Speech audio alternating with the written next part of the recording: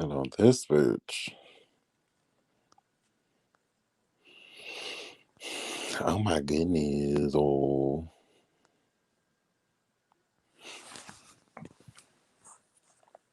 Mm, mm, mm.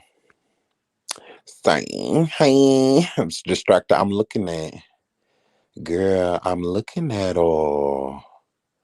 Gorilla Glue girl. Oh my goodness. And I'm touching buttons that I probably shouldn't be touching. Um, Hair flip, hi. So, why you ain't, okay. Gorilla Glue girl in these teeth. Where is she going? Where is she going? Like, I don't get it. Gorilla Glue girl, where's you going, Beach? Where are you going? Like, I understood when Cardi B got her teeth done. People like that. They had places to go. Like the Grammys and Billboard and movies and all of that. But where the fuck is this girl going? Gorilla Glue girl. What's she getting her teeth done for and shit? I just saw this shit. That's era. That is era. That is era.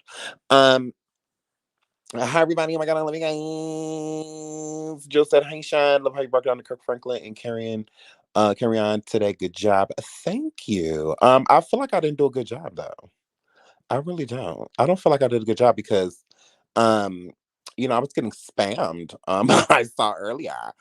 I saw oh my god, thank you about Cruz. Oh my god, I love you. I love you, girl. Caroline girl, oh my god.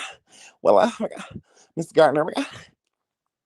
We're gonna Taniqua. Hi, baby Shane. My God.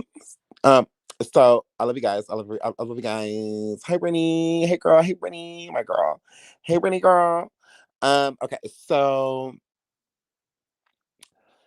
we talked a little bit about Kirk of the Franklin and Kerrion, earlier. This will be members only live. It was supposed to be members only, but I forgot to hit the button, but whatever. So y'all know we talked about that earlier, and people in the chat, they're just like, well, he called him a bitch ass nigga, and all of this, the son disrespected him, blah blah blah blah blah blah. That's what I'm saying. Obviously, you're not listening, because if you were listening, none of that matters. It's not even the fact of what Kirk Franklin said, when he got heated, and what he said that matter either. What matters is that a problem can be fixed. An issue is worked out over time. Okay? So that means that at one point in time, Kirk Franklin and his son Kerrion Franklin had a problem long time ago. It went unfixed. Okay? It just sat there. It was never dealt with. Whose fault is that? Would it be the child's fault, or would it be the father's fault? This didn't just happen. Kirk Franklin said himself for the last 15 years, 14, 15 years. Okay? So you got to think. That's when one has to sit back and think like, okay, well, if this has been happening since his childhood, since he was a teenager, all of this, if you've been having this friction going back and forth, why didn't you, like I said earlier, as a father, fix it? Because that was his responsibility. It wouldn't have went into his adult years, his son. It wouldn't have went in his adult years if Kurt would have fixed it when he was a child, when he was a teenager, whenever it started. That'd be the problem. It's no different than somebody like Blac, Chyna, and her mama. It's the same thing. These problems started when Chyna was a kid a long time ago. And those problems over time turned into issues. So Chyna has issues with Tokyo. Those are issues. That is something that they would have to work out over time, because it took time for the problem to turn into an issue. Because if it was just a problem, it could be fixed. It would just be with the snap of a finger. I step on your shoe and you don't say nothing, I don't say nothing, and you're upset because I stepped on your shoe. If I say sorry within that moment, you're over it. But if it's never acknowledged, and then I do something else to upset you, that those are going to build. And as it builds, it's going to turn into an issue. It's not going to be a problem anymore. It's getting to the point when you know you have an issue with someone or something, is when it's multiple things. A problem is just that, a problem. That's one thing. That's something that can be fixed. You need oil in your car, you go get an oil change because you had a problem. So you went and fixed it. But if it's multiple things going on with your car got issues. Your car don't have a problem. Like it's different. So it's the same thing. Kirk should have fixed it a long time ago. And it wouldn't have got this far. So whatever they go through, it should be between them, but it's not. It's bigger than that now. It's bigger. Why? Because of Kirk. That is not Kerrion's fault that it got to where it got to, especially if it went from child to adulthood. If this problem came about as an adult with Kerrion, then that would be different. Why is Kerrion cussing this man out and things like that? If Kerrion has been holding on to things for a very long time, we all hold on to things. We all do that. So when we hold on to something and we don't ever get a chance to truly express ourselves, when we start to express ourselves, it's going to be hard to get us to shut up. And sometimes we may say things that we don't mean along the way, especially if we're angry while expressing ourselves. So it's no different than Kirk Franklin. When he was expressing himself to his son, he was upset. He was angry. I get that. He's a human. I get it. But you calling him poor and things like that, that's a different type of tone that you're speaking on your child. Even if he did call you a bitch ass, he called you a bitch ass nigga. Okay? And he probably should have said that. But that could have been something that he's been saying in the back of his mind about you for the last 14, 15 years. And when you get into it with certain people, you get triggered. So if you trigger me from something that I've been feeling about you for a very long time, it just might come out. It just might. But the thing about it is, if you're a good parent, you don't have to worry about your child disrespecting you while trying to express their self. Most of y'all that have good parents, if you need to express yourself to your parent, there's no reason for you to disrespect them in the process. There's no reason for it. There is no reason for it. If you respect them, if you don't respect them, if your parent has not been present, if your daddy wasn't there, if your mama wasn't there, and you saw them at points in your life, they cannot enter your life and tell you what to do. You are going to treat, you might have a bitch ass nigga in you or a dirty ass, trifling ass bitch. You might have some of them in you for that person. Because if they were truly your parent and you respected them and they raised you, you wouldn't have that in you. That comes from somewhere. So if he is treating Kirk like that, it comes from somewhere. That's not some shit that just came up, like just popped up and, oh, I'm going to disrespect my dad today. Let me call him a bunch of bitch ass niggas because I want clout. The fuck out of here. That's why I said, so these people, oh, you need to go watch the whole video. He called him a bitch ass nigga. No, you go watch the whole video. You try to go excuse the reason why they have problems that turn into issues with one another. Because that doesn't excuse anything. Two wrongs does not make a right. And like I said earlier, I don't have to take back what I said because it's the truth. This is Kirk's fault. This started with him as a child. You need to listen. Don't get so caught up in the drama so you don't realize that this is deep rooted. That this has started a long time ago. This shit didn't start this Sunday.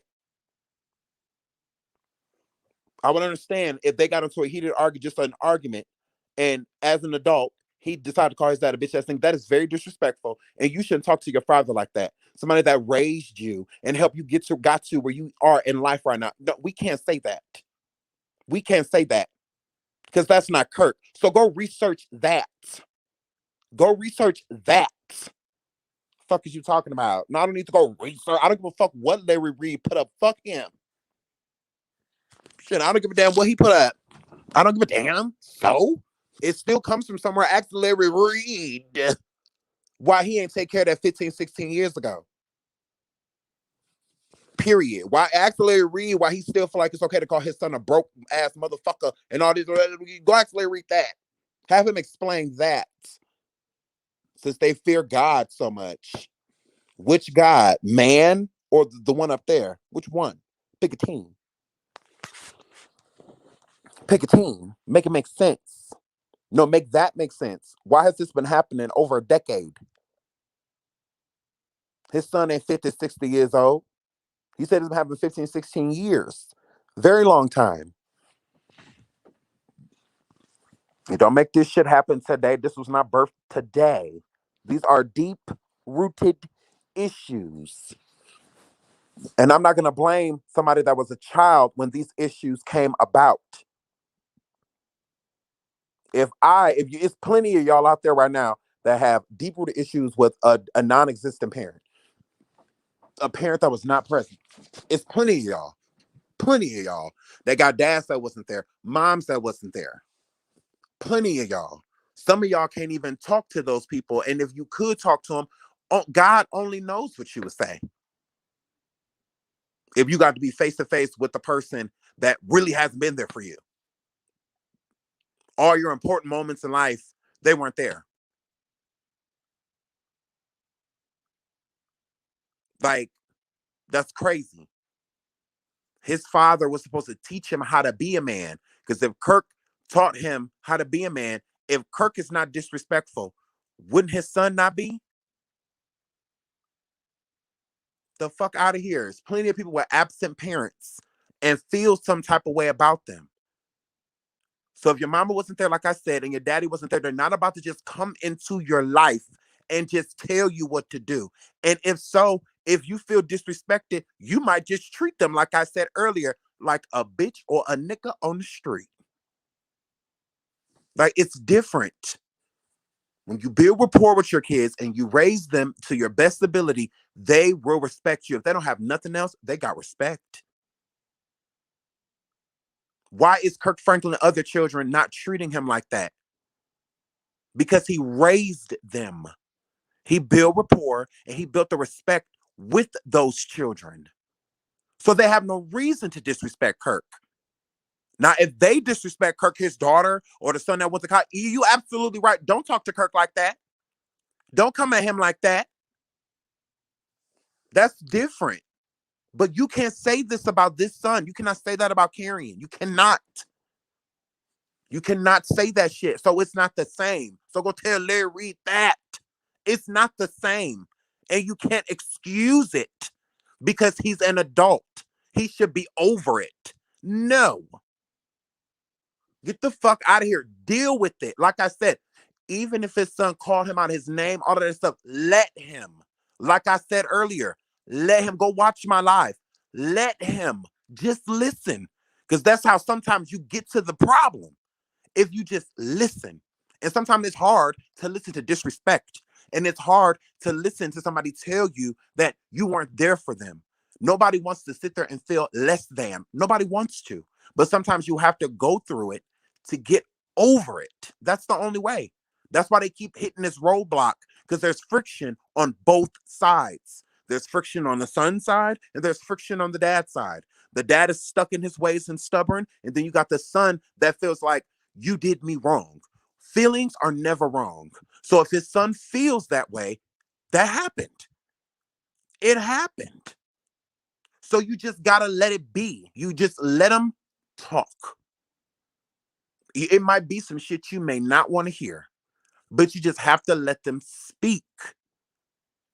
Because you ain't never gonna know the problem if you keep cutting them off before you have an actual, what they call in therapy, breakthrough.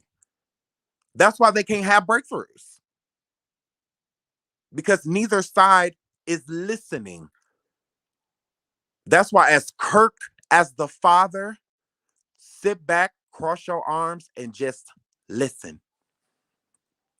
Just listen. Because then when you have the floor, he has to listen in return. He has to give you that respect. He has to. So just open up. Sometimes you got to let it happen. Like I said, as a parent, it's hard. I'm sure that would be hard. The best graders on parenting are the children. That's why parents get so offended when somebody else try to come in their life and tell them about how they're raising their kid. Because if you're going to hear from anybody, it should be your child. They are the best graders. They're the best ones to tell you how good you are doing as a parent because you raising them. So if they're not happy, that says a lot about your parenting. Like there's something you have to change. So, and that's the thing with Kirk. So it's a whole nother realm, a whole nother realm. No, feelings are never wrong. If you feel a certain way, that is how it is. Now, if somebody does something that you misunderstand in the process, then so if somebody says something that hurts your feelings and to them it's not a big deal, is your feeling wrong? Is your feeling wrong just because they didn't mean anything by it? I'm just saying because that's how like feelings are never wrong. Now, in how you display information and how somebody feels about it, that may be misunderstood, but the feeling isn't wrong. If you feel like somebody is shading you, they are. If you feel like somebody's being rude, they are. Like it's no, it's you're not wrong. It's a feeling. So I mean, you're because a feeling is usually by energy that you are getting. Now you can read energy wrong. If somebody's just having a bad day and they're normally a cheerful person, and you see them and for the first time and they're not giving you the energy that they may have given other people, so you feel like, oh well, they don't like me. No, it's not that. It's just that they're just having one of those days. Just But they how do they know you? They don't know you. So your feeling is that you were ignored. You were like you were ignored. Like you fucking were. So feelings are never wrong. They never are. If you feel a way, it's usually right, not an intuition. But I mean, it's a feeling. So if you feel that way, you're usually right. Like it's usually never wrong. Not necessarily. It's one's misinterpretation that leads one's feelings, and it is in the sense that a feeling can be wrong. Yeah, no. Yeah, I disagree. Like I said, feelings can't be wrong. Like you said, one's misinterpretation. You are the interpreter.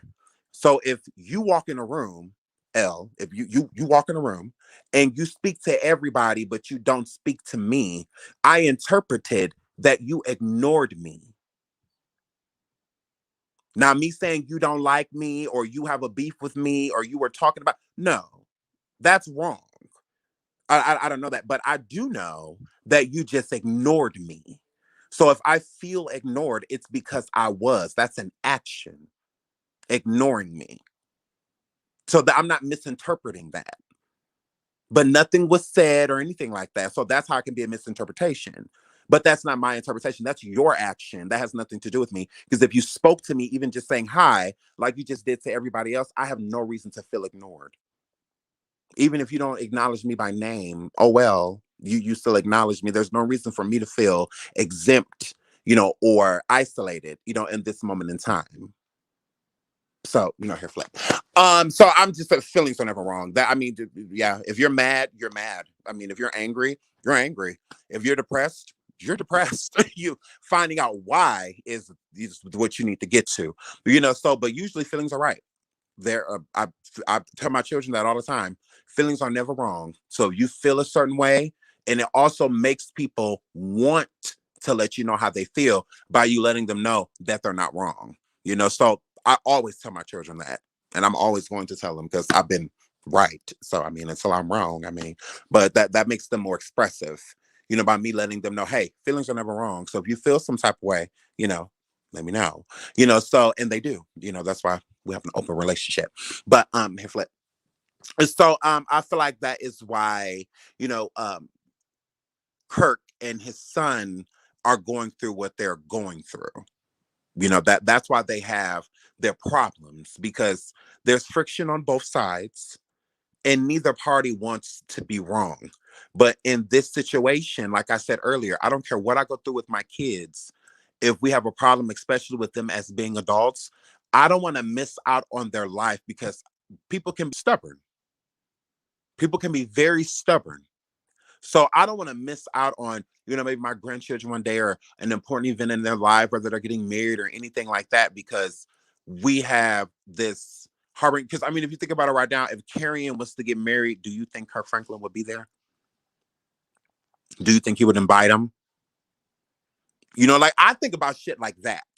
So I think as a parent, it would be my responsibility to keep that relationship going so that if my kid goes through something like that with their kid one day, they'll know alternative ways to get back, to because you can always get back to a relationship. Relationships don't go anywhere. Relationships don't change. People do. So as we change as people, our relationships change. And it can be for the good. Sometimes it's for the bad. And sometimes it's for the non-existent. Sometimes the relationship changes to where you don't have one at all anymore. And that's a change. You went from having, a dialogue to not having a dialogue at all. And there's a lot of friendships and relationships that just stop. So you'll think about certain family members or friends, and you didn't have a falling out or anything. You just don't talk anymore.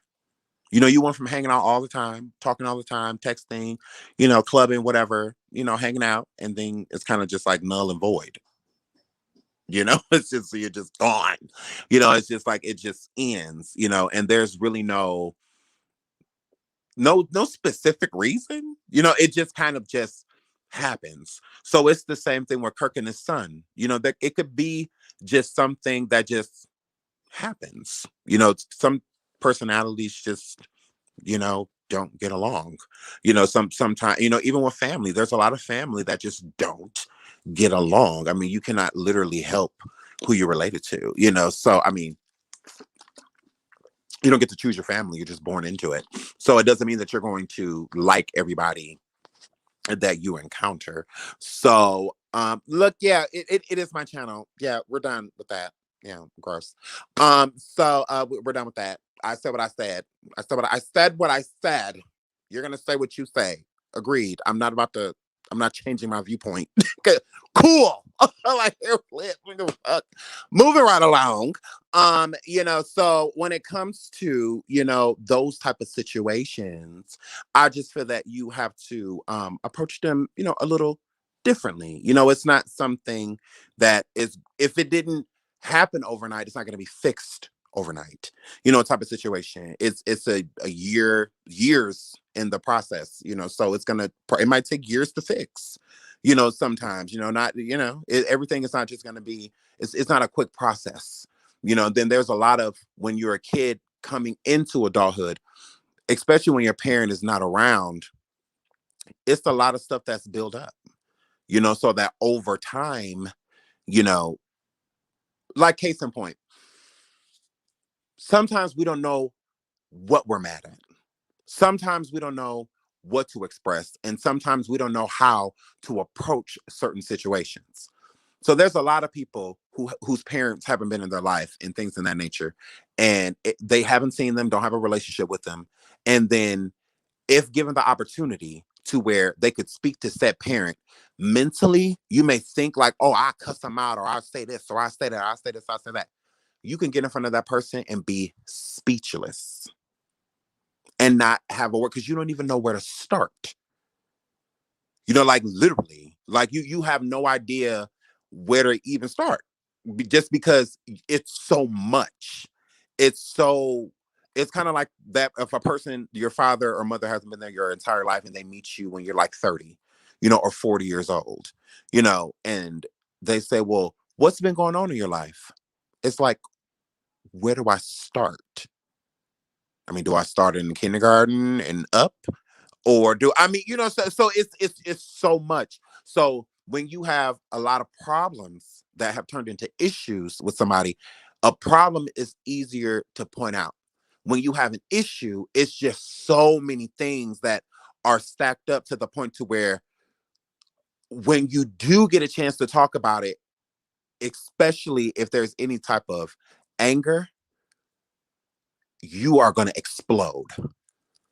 And everybody approaches things to handle things differently. And there can be certain things that you have in your subconscious that you're angry with a parent at, and not even know that you. Okay, so just talking because I want to confuse myself and y'all. So say like you in high school, everybody's getting cars, when everybody getting their driver's license and getting cars, and all of that stuff, and your family can't like afford a car, or y'all barely got the car, that y'all got, or your mom ride the bus, your dad ride the bus, it's that type of situation. So it's not even a possibility, for you to get a car. So you still see all these other people with cars and you envy them, so you kind of have this like feeling towards your parent, but you love them and they're doing the best that they can and you love them for it, but you still don't understand why you can't have the things in life that other people have. When certain kids come to school with certain clothing and certain phones and stuff like that, like it's like they're accustomed to this life. You see them get dropped off at home if you ride the bus with them, they have this big house, and all this. So it's like you see all these things and you envy them, and you kind of get upset with your parent for not being able to provide what your parents' friends are providing, and things like that. Absolutely. So then it gets to this point to where you start to slowly but surely resent them for it, but you never say anything. Why? Why? Most people that feel that way never say anything. They never say to their parents, like, well, this person just got a car. Why we can't do this? And why you don't have a better job? And why you what's this and that? Like, why you ain't stay with dad? And like you have all of these questions, and you have all of this resentment towards your parents for certain things. For them not providing certain things or them not caring. Like that friend that you have and their parent don't care where they go. They could be out as long as they want to. They could stay out days. If they want to, but your parent be on you. You got to be at home at a certain time for them fucking street lights come on, and shit like that. So it's just like but that same kid who parents don't mind, them being gone all night, shit like that. They got a big ass house, they got fucking 4-wheelers and fucking, they got this and that, but they at your house, 2-3 days because of what you have. You have a family, you have a unit. These people care about you. They care about you so much to where your mom, your friend that's over there hanging out with you, your mama fixed them a dinner plate. Your mama fixed them a lunch plate.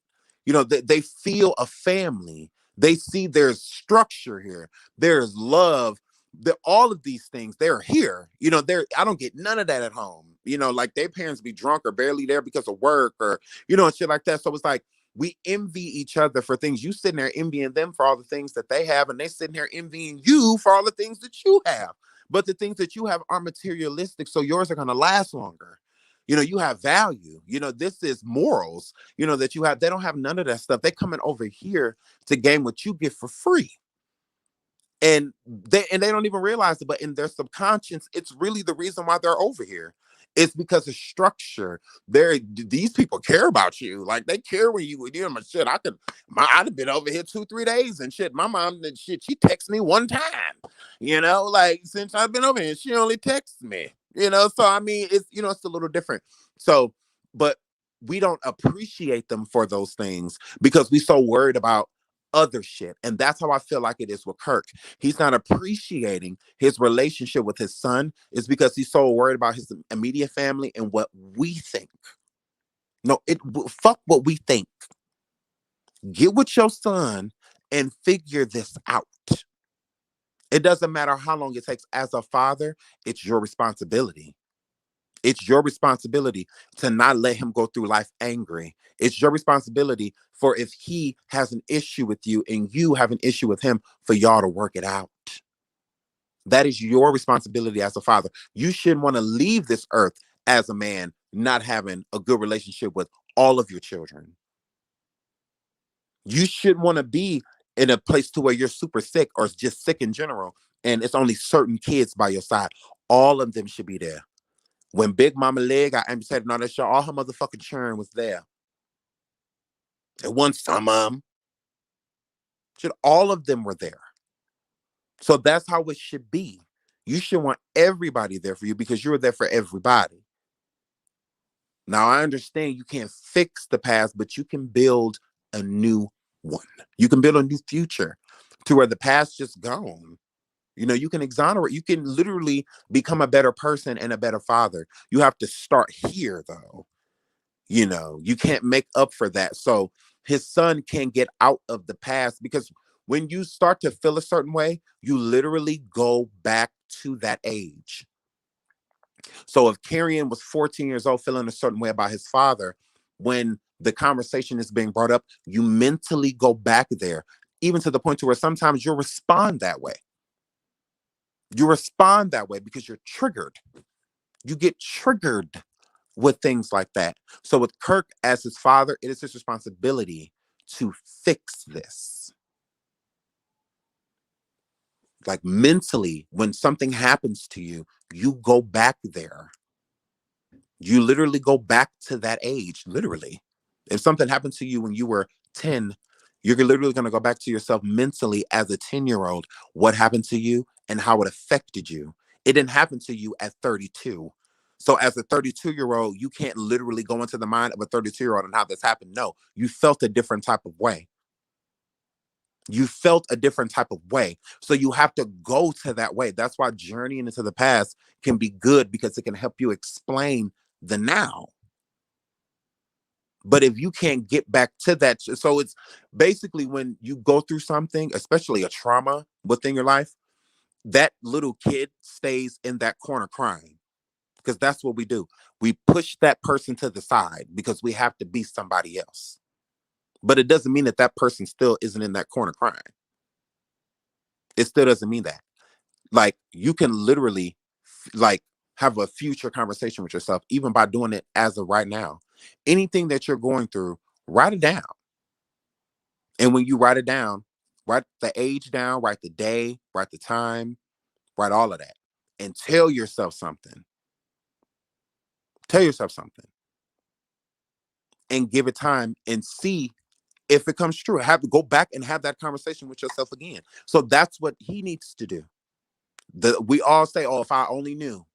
If I knew now, then, now, we all have those type of situations, those type of moments.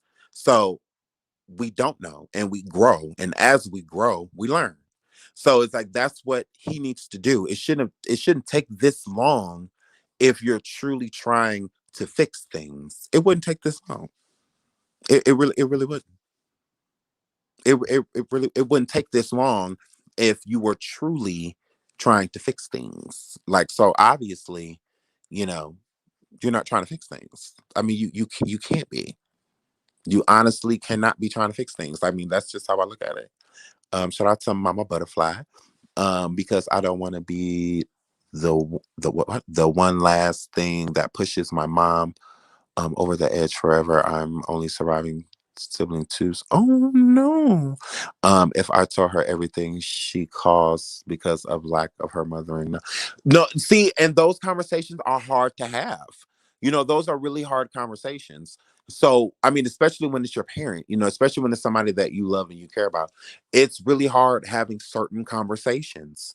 When people you love let you down, especially when you know that they love you and they have your best interest, those are the hardest people to let know that they let you down. It's kind of like your kid. Like, imagine, like, anyone with children right now, like, your kid is literally like a child, and they are like, a teenager, 17, 18 years old, and they say to you, like, mom or dad, you really disappointed me when you did this, I just didn't feel like you loved me, and stuff like that. That's hard. Like, you don't want to hear no shit like that.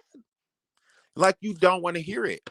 A lot of parents out here that be on drugs and stuff, and they be out of their kids' life, and then they try to come back into their lives. These conversations need to be had. You need to tell them how they made you feel when they was doing that shit.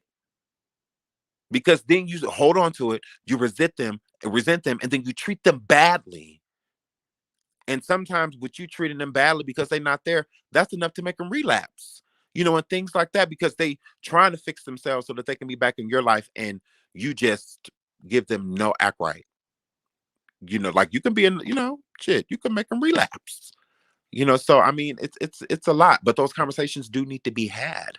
Instead of being mean to them, just tell them, like, look, mom, it's hard, but figure out in your words, because even if somebody tell you how to say it, it's still hard to say. I mean, somebody could literally write it down for you, what to say to your parent, word from word, what to say to them, and you could probably sit there and write it, but you ain't gonna be. It's gonna take a lot for you to hand that letter to them, even if it was a letter. It would take a lot still for you to, because you would sit there and contemplate for a while, sleep on it for a couple of days or a week or two, because it's really hard. It's not an easy thing to do. Like, I mean, it isn't, but that's why a lot of us have really unhealthy relationships with our parents. That's why a lot of us have really unhealthy relationships with our parents. Just because, like, you get along with your parent and you have a lot of problems with them and you don't speak of them and you bury them, you are fulfilling them. You are not being fulfilled within that relationship because there are problems that you have. You're never going to be able to get to a real good place mutually, if you don't try and fix it. Like you have to say something. You do. It's hard, but you have to say something. Do you think that's the problem Blac Chyna and Tokyo Toni are having? No. I feel like with Toni, Tokyo Toni, Tokyo Toni to me is too honestly, if I could have a humbling conversation with Tokyo, I feel like okay. So I want to put this in a way to where I don't want to like bash her. I Tokyo Toni, you are jealous of your daughter. You need to come to terms with that. Okay. Um, Once Tokyo comes to terms to where she is jealous of her daughter, she'll be able to get over it. So then she won't be jealous of her anymore. But Tokyo's problem with Chyna is that Tokyo, I'm gonna just keep it real with you. You weren't a good mom. And how I know you weren't a good mom is because of now. For you to sit there and call Chyna a bitch, for you to like literally try to fight her like a female on the street, your approach is overly aggressive. You're just not a good mom. Like, I mean, honestly, like, I mean, I always said I felt bad for China, like, in that aspect. I think that Tokyo is a bad mom. I think that Tokyo feels that since she did certain things financially for her, she's like a lot of these deadbeat dads that feel like just because they pay child support, that they're a good parent, that their child should listen to them because they kept a roof over their head. Like, yeah, no, you have to raise me. You have to be there for me. China, her mom, she hasn't been there for her, and it speaks for itself. It speaks for itself. Tokyo, you sitting there trying to make up to like, oh, she just wants to be one of those Hollywood kids and said that I wasn't there for her. Why would a woman want to make her mom look like an unfit mother if she was fit? That doesn't make sense to me. I don't get it. I really don't get why would China get any fame out of saying that you were a bad mom? Where does the clout come from that? China has never gotten clout because of Tokyo. China got clout because of China. Blac Chyna is who she is because of her. She's not who she is because of no motherfucking Tokyo. So I don't understand what clout China would get off saying that you were a bad mom. That doesn't make any sense, sis. Only what I got from that, from China saying that, is that you were just a bad mom. That's all that is. So just because you were a stripper and a prostitute, basically a hooker, and escort, and all of that, and you were barely around your daughter. You saw her at certain times stripping, escorting and stuff. You're gone days. You're up all night, gone the majority of the night, or sleep the majority of the day because you strip. Most strip clubs don't close 3, 4 o'clock in the morning. I mean, girl, like I can only imagine. What she was actually going through. Plus, you drink, you smoke. Girl, like there's a lot. Like you are a lot. You're loud, you're girl, you're overly aggressive. Like, I mean, there's a lot to you. So you feel entitled to China because you used your body to provide her with a certain lifestyle that she never wanted, because all China wanted was you. China wanted a mother. Children want a parent. That's what they want. So you didn't give her that. So by you not giving her a parent, you cannot, because that's how you treat her. You treat her like a friend. You don't treat her like a daughter. So like why I believe China, because you don't treat her like a daughter, you treat her like a friend. You're more concerned about what's going on around her and her friends and who's fucking her over, to not realize the main person that fucked her over, which was you. You didn't raise her. And it's clear as day, being around someone and raising someone are two different things. Two different things. Popping up here and there, shit like that. No, that's not a parent. A parent is unconditional. Okay. A parent is still gonna take care of you even when they're sick. Shit like that. Or nurses you back to health. They're there for you. Your big moments there. There. Prostitution is not a job. Escorting is not a job. So the majority of China's moments, you should have been there for. You should have been there for her. The strip club don't start cracking until 10, 11 o'clock at night. She should have been asleep by the end. So, I mean, you had a full day to take care of her. My friend that stripped, she's a badass bitch. She was up with her kids all day. She'll get home from stripping. She'll wake up like an hour and a half later, get her kids up for school, backpacks, put ponytails on her daughter's hair, all of that shit, and then she'll go pass the fuck out and set her alarm for when they got home. And you best believe when they got home, she was right the fuck up. Right the fuck up. Right up. Like she didn't play that. So that's what I'm saying. I know strippers that stripped and they fully took care of their kid. Like, and she has multiple kids. She got 3 kids. So if she take care of all her motherfucking children, all her motherfucking children, like, nah, ain't no stripper pole, no none of that thing kept her for taking care of her kids. So strip clubs, I'm just saying, if you think about it, strip clubs don't, really start popping until that night. So when you going to strip, it's at night. So you got the whole day to take care of your kid. What are you doing? But you got Tokyo out here prostituting and all of that. No, China shouldn't have to, you know, take credit for that. Like she shouldn't have to, be like, oh well, it's okay, mom, since you were out there stripping and prostituting and keep me in a nice apartment. Like that's fine. Like, yeah, no. So that's why Tokyo feels entitled, because she financially took care of China. So she feels like China should do the same thing for her. But China would if you were a good parent. Most kids that come up and, their parents take care of them, they're going to make sure their parent is straight. They're just going to do it naturally, just because their parent did the same thing for them. So Tokyo is insensitive. Tokyo is the bully. She's a narcissist, and she needs to sit down and realize that she was an unfit mother. Period. Period. I don't care who show she come out. Girl, you were an unfit mother, and I will tell you to your face. You were an unfit mother. Stop trying to excuse stripping and prostituting and all of that stuff, because you could have did all of those things and still had a great relationship with your fucking daughter. You could have did all of those things, and you and China could have still had a great relationship.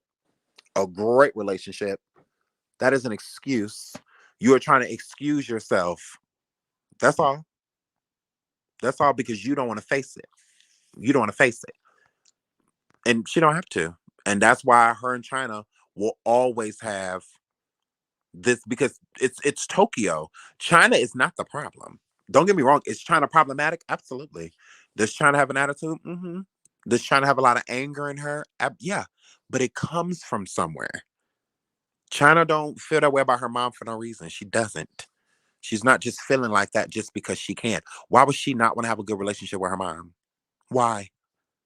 Why would she not want her mom to help her raise her daughter and her be around her son? And why wouldn't she want those things? Like, weird. Like, I mean, that's why, like, when people be like, oh, well, no, China needs to, no, China's doing right. If I was China, I would stay far the fuck away from Tokyo. I would. I would stay far away from her. I would want my children learning no habits from her. None. None. None. I won't want I won't want Dream, a King. I won't want them learning shit from her. No. And she is not a bad person. I don't want to make it seem like, like Tokyo is a horrible person. No. I mean, I'm sure she has a lot of good qualities to her. I just ain't seen none of them. I just ain't seen none of them. I just feel like she just always feel like she got a point to prove. Like when it comes to China, it's like, girl, go sit down somewhere. It is not that deep, or it is not that deep. Yes, yes, Jay. Yes, me too. She gives me narcissist. Yes, very full of herself. Shout out to Sheila, my girl. Thank you, Sheila, my girl. Love you, girl. Kirk was nicer than my dad would have been if we did not respect him. I would never speak to my dad that way either. Love you, Sean. Still rocking with Kirk. No, I mean, but you wouldn't treat your dad like that, Sheila, because it sounds like you had a good dad. It sounds like your father was there. Sheila, I really don't think that you would feel that way if your father wasn't there. It sounds like you respect your father because he sounds like a good dad. For you to have that much respect for your father, that means he did a good job raising you to know that you shouldn't speak to him like that. You shouldn't really speak to no man like that. So I mean, absolutely. So I mean, you had a good father. We can't say that about Kirk. So and yeah, shout out to you. I mean, you sound like you had a good dad. You know, I mean, because most fathers would instill that in their children. Don't disrespect me. Respect your elders. And most fathers, you know, they instill that, in their children. So if he don't have it, it's for a reason. That's just how I look at it. Disrespect can come from nowhere, but when it's with family, that comes from it. Definitely is rooted. That is rooted. So I mean, it's. But I hope that they fix it. I don't want Kirk to have a bad relationship with his son. Like, why would I want that? Like, I don't want that. I hope they can fix it. But as long as this has been going on, I don't see it. I see why his son was just basically just like, he's over it. You know, because I would be too. Sometimes fixing a relationship can be exhausting. It's like if it take all of this shit for us to get along, we just don't fuck with each other. Look, nah, we just don't get along, nah. Look, we just don't get along. Like it's just look, nah. I'm sick of trying to force this shit. We either get along or we don't. Tokyo is a horrible example of a mother. I took a glimpse of China's show, and China was trying so hard to have a relationship with her mother, but Tokyo only wanted conversation. I agree. That's what I'm saying. I mean, like based off of a lot of her actions, with Tokyo. I mean, I could tell with China, like it was. Don't get me wrong. That's why I said China's difficult too. They're. I mean, she got it honest, but still at the same time, you know, I felt that China really did at one point in time, especially when her other friends around her started to fall. Like when her homegirls and when they started to fall around her like flies. I feel that relationship with her mother was really important to her at that point in time. Some family. I need family. Around me. And I feel that Tokyo dropped the ball. I do, especially in those therapy sessions. She definitely dropped the ball. Very childish. Very childish. Child raised by parents with diagnosed or undiagnosed mental disorders often struggle with navigating their emotions and emotional states as they have never been taught how to self-regulate. And I couldn't agree with that statement more. I could not agree with that statement more. I mean, in order you have to be, taught. That's why when I was just talking to, my uh was it my cousin? Yeah, I think it was my cousin. I was talking to her, and she was, really not super complaining, but like complaining about, her boyfriend and stuff like that. And then, I asked her for a little background, on her boyfriend, and she was just saying, like how, his dad abandoned him, and all that. I'm like, "Oh, stop right there." She was like, "Oh, well, he does not have daddy issues. I don't want to hear that. That's an excuse." I'm like, I wasn't going to say that he has daddy issues, but here's the thing with men and women especially. Listen, ladies, it is very important to know the relationship that a man has with other men. So it doesn't have to be the father. You need to figure out whatever type of male influence that he has in his life. And the reason why I say that is because this is very important. A man cannot be a man nor a husband if he does not have example. If he is not taught to be those things, he's not going to be it. So you can't get with a man expecting him to do certain shit that a man would do if he does not know how to be one. So you have to have at least an example, a grandfather, an uncle, somebody. That is very important. So if you notice with a dude that you're dating, he always messing with other girls, or he just always fucking up in some type of way, in some type of way. Figure out his past quick, and it's usually not hard to find. I mean, it's usually pretty quick, to figure out. But if there are no male influences in his life, and it's just been him and another woman, a woman cannot teach a man how to be a man. A woman cannot. She can guide, but she cannot teach her. Just like a man cannot teach. I cannot teach my daughters how to be women as much as I want to. I cannot teach them that. They have to be led by a woman. A woman has to teach them those things. As much as I want to, as much as I would want to try to be both, I can't. So I could only set the example I can as a man. So that's why it's still important for me as a man to show an example and set an example for my son. So that he sees, that I'm trying, at least to show and set an example for him. Even with me being married to a man, I still need to be faithful. I still need to watch my tones. I still don't need to be hooping and hollering and arguing. The only difference between the marriage that I have with a marriage that he would probably have is that he might just be married to a woman. Like that. That's the only difference. But he still needs to respect her, and all of that stuff. So I still have to set an example, even though I may be living a different life, than he or she, my daughter, may lead. I still have to set an example. Shout out to Risha. Hey, Sean, I'm paying to hear your sexy deep voice. Shout out to Risha. Y'all know my voice being deep at night. This is deep. It's deep after 6.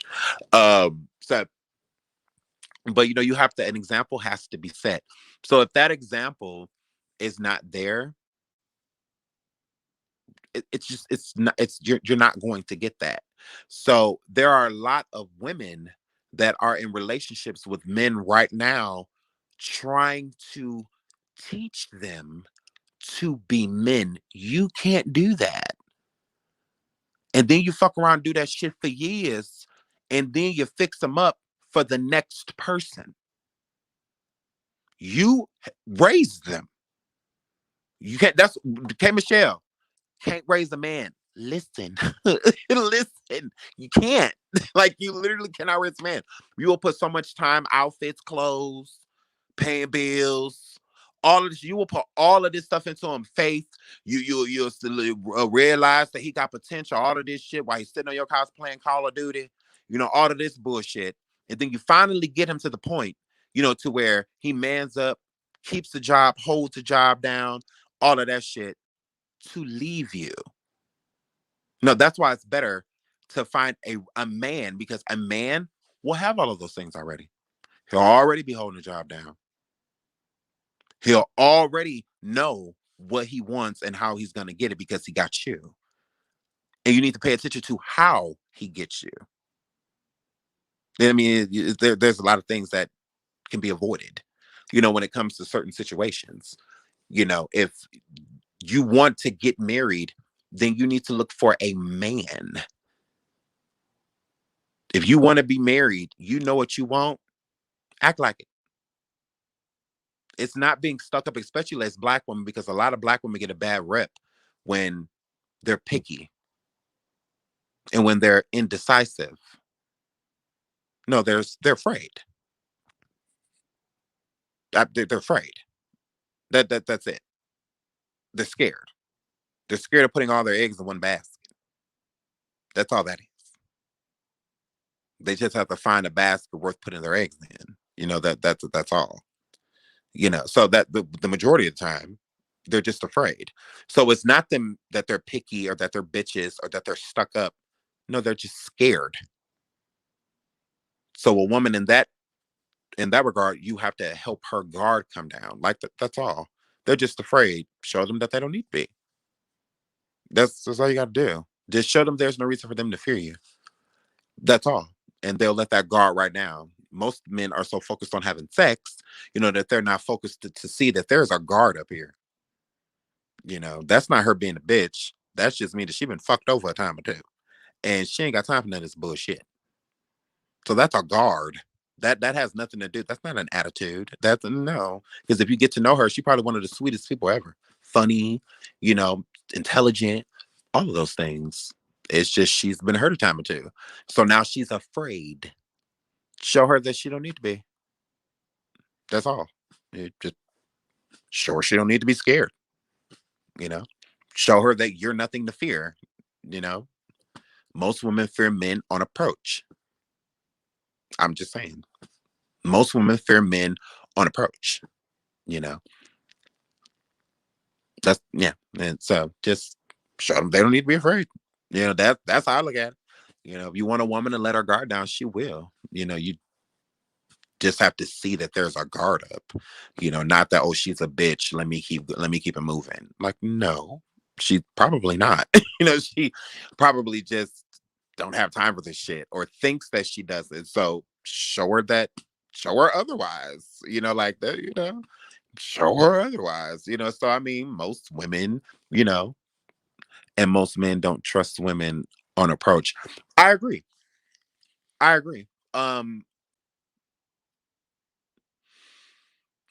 feel that certain women and certain men, trust is different because most trust is supposed to be universal. So when you say you trust somebody, do you trust them? One of the realest things in a movie that I had saw was remember the movie A Thin Line Between Love and Hate with Martin Lawrence and old girl Regina. Remember that movie? Remember that, y'all? Darnell. Remember that? One of the realest lines in that movie to me was when Darnell said, well, Martin, when he said, "Do you trust me?" She said the realest shit. She said, "I trust you to do exactly what you gonna do." And that's what people need to start realizing when they actually trust people. Do you trust this person or do you trust them to be who you know that they are? So basically she was saying, like, I trust you to be, I know you're gonna take care of your mama, I know you're gonna fuck a whole bunch of bitches, like basically, like, I trust you to do those things. Do I trust you with like my house keys and shit? No. Do I trust you in my heart? No. Do I feel like no? Like, so like, and people need to start being specific, when they say that they trust people, because sometimes you just trust people for certain things. Like, you may not trust your slutty friend around your man, but you would trust your friend if something happened to you that they'd take care of you, type of situation. Like, you a slut, so I ain't gonna leave you at the house with my nigga, but if me and you at the bar and bitches pop off, I know you got my back. I know you ain't just about to let these bitches jump me. Like, I know you got my back, so I trust you to have my back, but I don't trust you around my man. Like, I don't.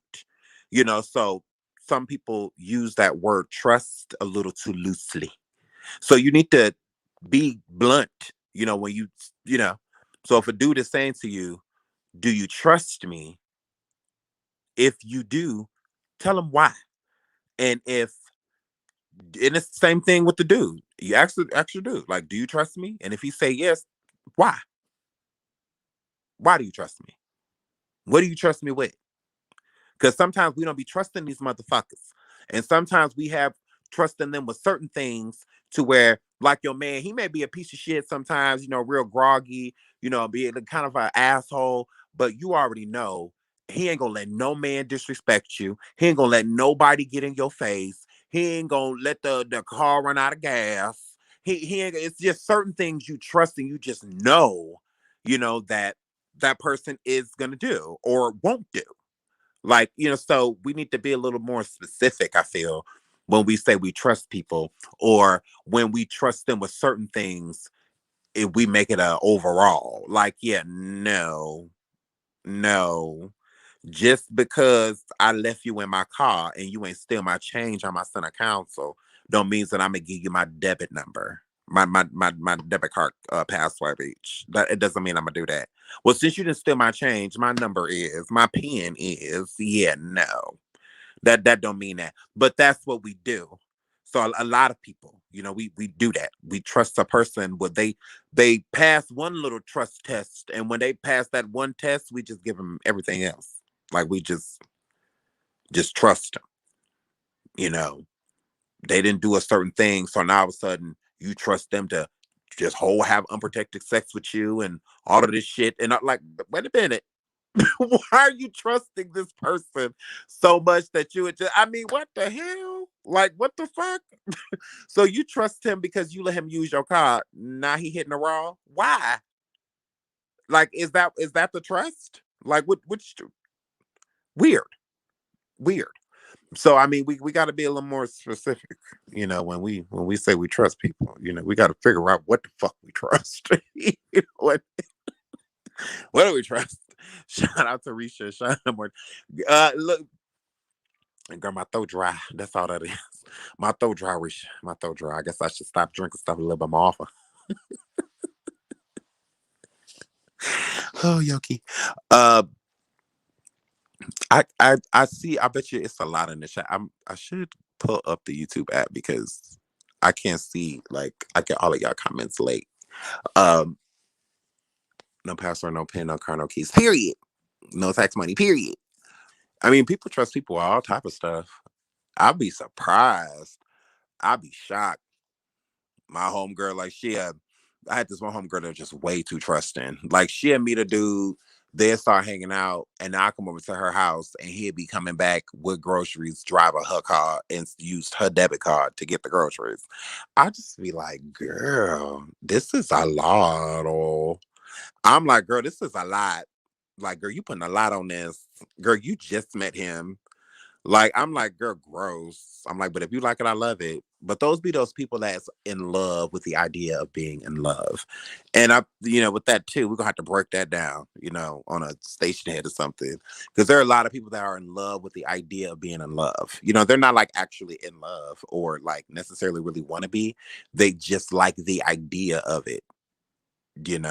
There's a lot of men especially that are like that. More so men, they're in love with the idea of being in love. They don't really want to be though, because love is action. It's not a word. A lot of men just feel like, since I say it, you know you got to respect me for it. Like, no, you have to respect action, because that's what love is. You can tell me you love me, but show me.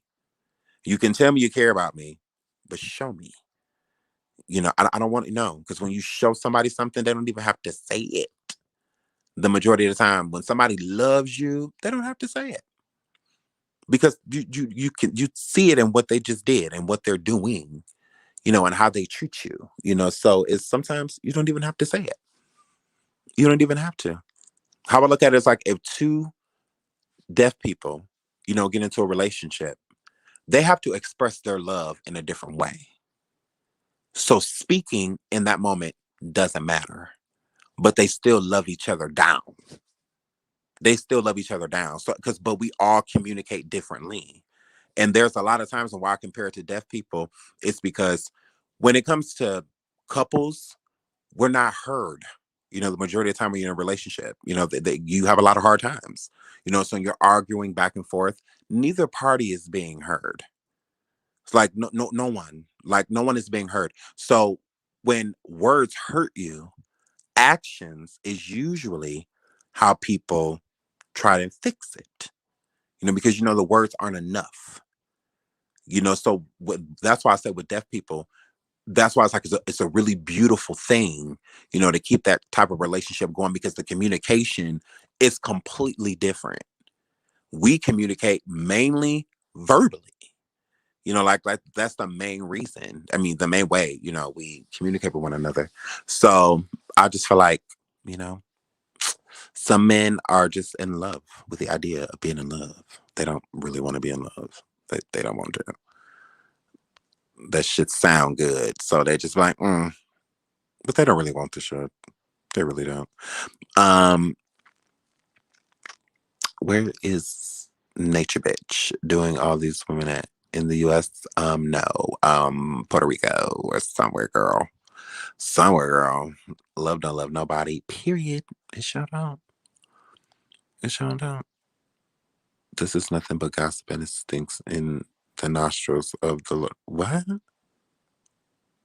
What's tea? Y'all let me know. Let's see. What's tea? What happened? It's like go away in times of snack gossip. Oh my goodness. The Borgs are coming. In time, shut your ass up, bitch. How about that? Shut the fuck up. Um, I've met men like that in those relationships were so draining and a waste. Absolutely. They are everywhere. They are everywhere. They are everywhere. There are a lot of men, especially, that they don't want to be in love. We'll talk about that on station here. We'll break it down and like how you can find, like that type of man. They're easy, to point out. They're usually the ones that are over. I'm not gonna say overzealous, but they're usually the ones that are really sweet in the beginning. And when I say sweet, like they call you all the time, they text you all the time, and not in an annoying way, in like a caring way. And they always want to be together. They always want to go out to eat, stuff like that, like do things together. They always want to be, and then just all of a sudden they're just like gone. And it's just like what the fuck happened? Like what happened? Because it's like a high for them, you know the pictures and being seen and the social media and tagging each other and yeah, we'll get into it. We'll get into it. I can see one of those motherfuckers from a mile away. There are a lot of men that are in love with they're just in love with the idea. I'll give you a couple examples, like Ray J. He's definitely one of those type of men. um I had another one.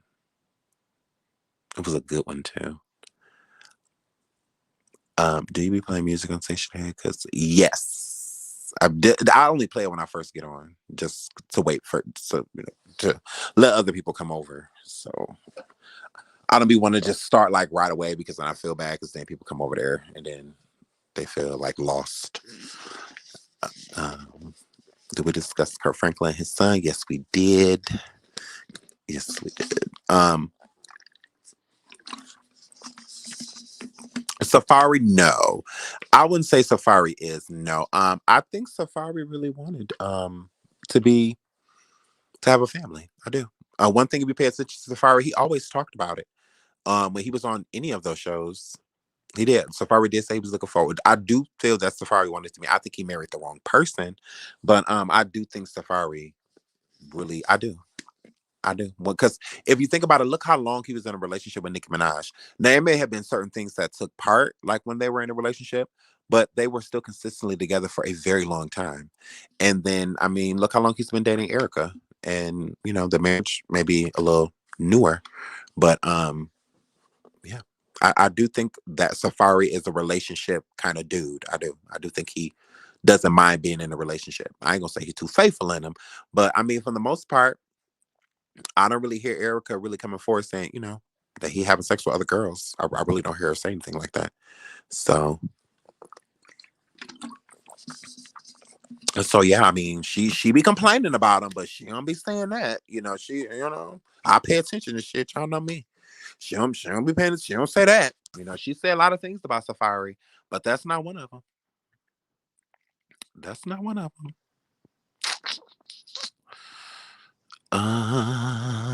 What about Kim K liking Drake? Gross. Gross. I just don't like the Kardashians. I just don't like them. I don't. I don't.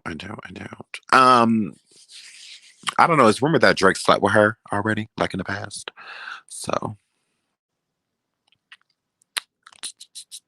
Diddy. No, Diddy's gay. Diddy is gay. Diddy is gay. Diddy would get married if he could marry a man. That's why he won't get married. because it can't be to a man. Honestly, why I think he ain't got married? Name Diddy wife. Name a wife of Diddy's. Hurry up. Name one.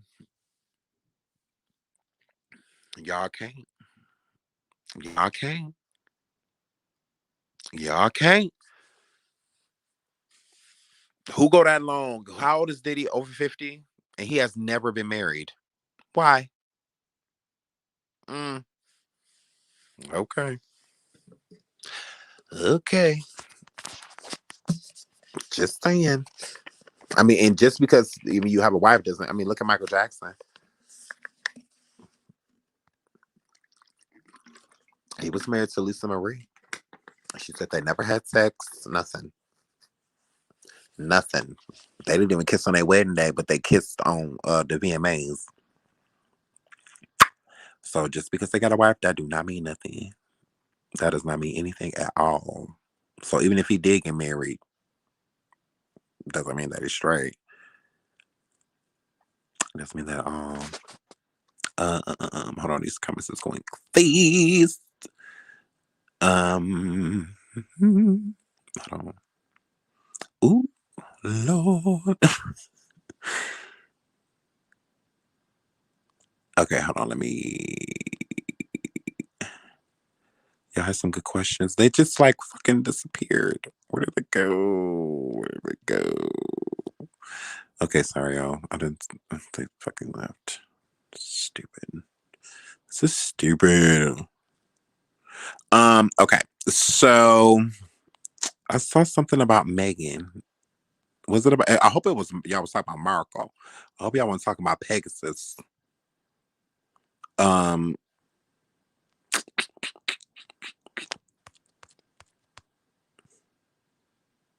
Jim Jones is definitely one of them. What is one of the ones that? Oops. What was that? What was that? I don't. Oh my god! I'm just everywhere. Jim Jones is definitely one of them. One of them. What? You talking about the ones that's like in love with the idea of being in love? It was Pegasus. Island. It was Pegasus, Sean. It was Pegasus. It was Pegasus. Beyonce got her 3 Grammys, period. And Blue Ivy got one. Don't leave her out. The Carters cleaned up. The Carters cleaned up, period. The Carters cleaned up. Blue Ivy won her Grammy too. The Carter girls cleaned up, period. They cleaned up.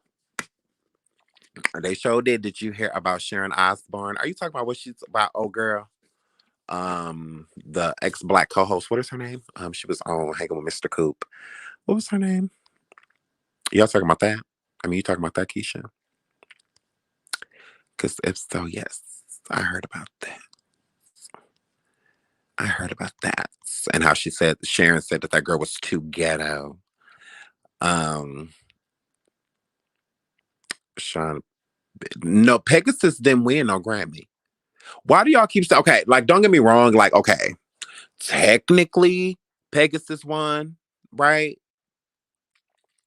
Beach, but Savage with Beyonce is the remix. So if she's not gonna win a Grammy for the song Savage, she didn't win to me. I mean, you did, but you didn't. I mean, technically, those are Beyonce's Grammys. I mean, that's just how I look at it. And she's had multiple songs, multiple tracks, body, yada, yada. She had all types of shit. And I'm sure she turned in a few. I mean, I'm sure she turned in a lot of tracks. I'm sure she didn't just turn in Savage, because you have to turn in the tracks that you want to try to get nominated. So, I'm sure that, yeah, I'm sure she's saying body, yada. I'm sure she's saying for shit. So, and they only picked Queen Bee, wanna smoke with me. So, congrats, I guess. Like 50%. I mean, 50% congrats, I guess. Because she made Savage, and Savage did not win. Savage, the remix, won 3 Grammys. But Savage with Pegasus did not. That one wasn't nominated for shit. Barely did anything on the billboards until that TikTok video. So, yeah. Yeah. They gave Megan them Grammys to try to make Cardi look bad. That's what they did. That's all they did. That's all they did. The Grammys was poking at Cardi. I feel like they gonna make her the next target. hmm hmm And I also don't think that they was gonna give Meg all of those Grammys until Pegasus. Because Pegasus, girl, Pegasus, the stallion. What was I about to say about that bitch? I can't stand her. I cannot stand Pegasus.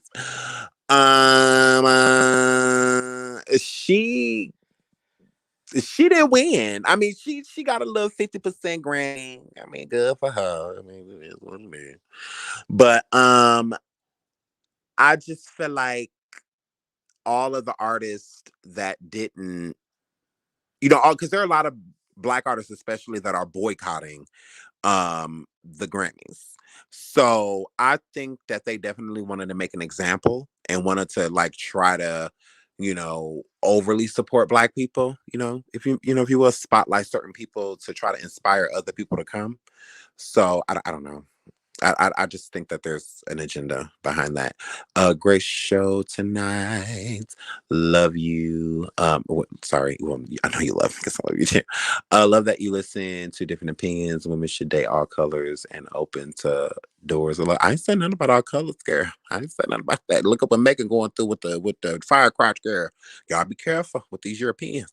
No need to put anyone down. Just go for it. Do not fear rejection. Just keep trying. Love you, Sean. Absolutely. Absolutely. Shout out to Sheila. Oh, what? Thank you, sweetie. Thank you so much.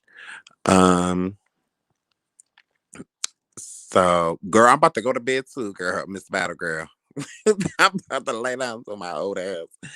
I just figured like, let me go live. Treat the people. Treat the people. When did what come out? The Grammys? Girl, that bullshit was on tonight, girl. Mm, mm.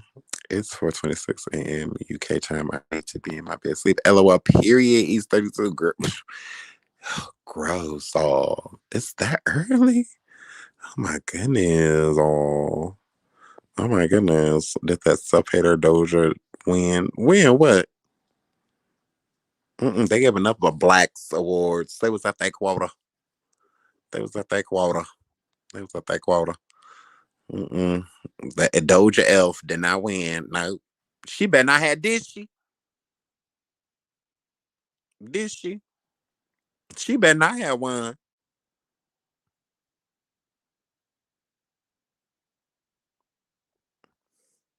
What happened to Tori? Because he shot me.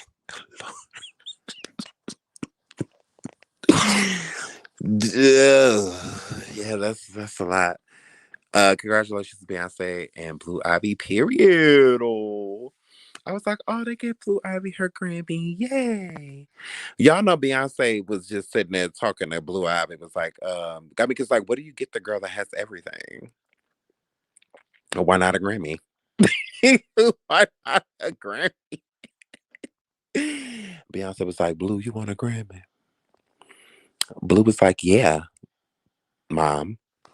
Like, make it happen. So she was like, okay, Jay, can you go next door and ask him to give my baby a Grammy? Because they live right next door to the director. So I'm sure the Jay going across that lawn and ask that man to give my baby a Grammy. Um what songs are Cardi B up for a Grammy?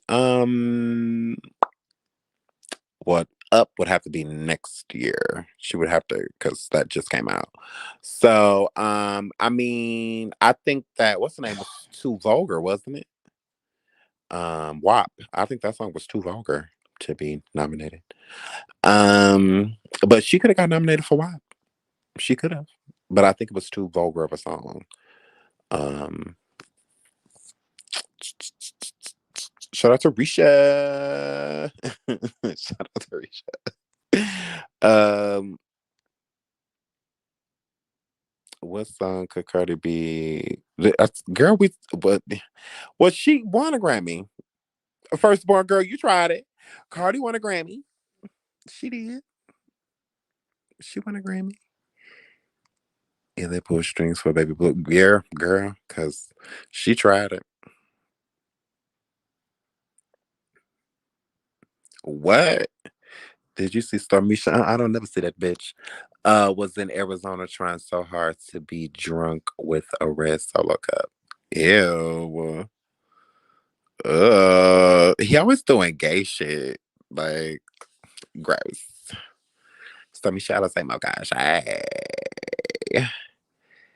Oh, he's back at the crib, Arizona. That's where he's from. Hmm. He probably missed all of his white counterparts. Yeah, shout out to him for being a lame. Um, and shout out to Stormisha Alizé, Mocha Shay, for being a hoe. Kick ass nigga. No, I'm just kidding. Yeah, Rock Nation, real connected. Real connected. Real connected. What? Why is Boo Ivy an only child with siblings? What do you mean? She's not an only child, she has siblings. Elaborate.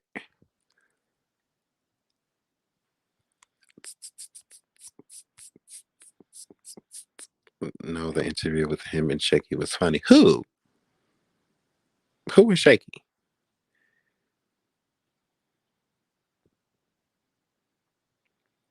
That is coming. Surviving Diddy is coming.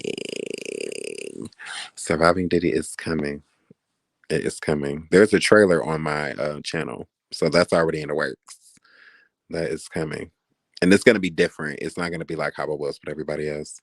It's gonna be dope. I have a really good idea, and how I'm gonna do this. How I'm gonna do the series with this one. It's gonna be really entertaining. I'm excited. There's so much information. We got documentaries. We got all type of shit. So the editing is going to be dope, and the videos are going to be long. It's like, but not like super long, but like each chapter will be like 20 minutes. So, and I'm gonna drop them like 2 at a time. So, but they're gonna be long because there is a lot of information. There's a lot of chapters, and there'll definitely be a chapter on Kim Porter, and there's a chapter on Cassie. It's a lot. It's a lot. It's a lot. It's a lot. It's a lot. The first chapter is his mom. So it will be his mom. So that's the first chapter. That's the first. So we can figure out where this motherfucker came from. So yeah, so we will be dropping that soon. I will be dropping the Kendrick Johnson video, part 3, and then we will be jumping into Diddy. It's spring. So I told y'all it's coming this spring. So we'll be jumping right into that after this video. So I love y'all. I'm gonna get on out of here. Thank y'all for joining me. I will see y'all tomorrow. Y'all have a good night. Thank you everybody for joining me. I love you guys. Have a good night. I love you all. Thank you. Thank you. Good night.